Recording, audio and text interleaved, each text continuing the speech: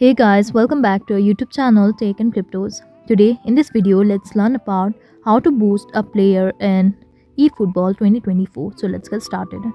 At first, let's go to game plan here. Now click on this team icon and we can see the players here. Simply choose the player you would like to boost.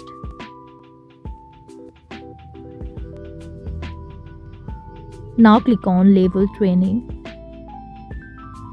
and simply click on Continue. Now simply increase the number used and click on Proceed and simply click on Proceed. Here the training is completed. You can change other aspects as well, like player progression, and you can choose the details and finally click on Action and click on Auto Allocate and simply click on Proceed and click on Confirm, and it's done. So likewise, you can choose or change the progression of any player you want. This is how you can boost a player in eFootball 2024. I hope you like the video. Please do like and subscribe. Thanks for watching.